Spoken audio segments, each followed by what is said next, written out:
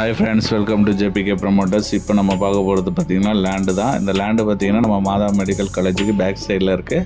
ஆக்சுவலாக பார்த்திங்கன்னா இது வந்து ஒரு சின்ன லைட் மாரி இதில் தான் இந்த லேண்டுகள் இருக்குது. இது பார்த்திங்கன்னா உங்களுக்கு எல்லாமே பார்த்திங்கன்னா 800 700 அந்தமாரி சைஸில் வரும்.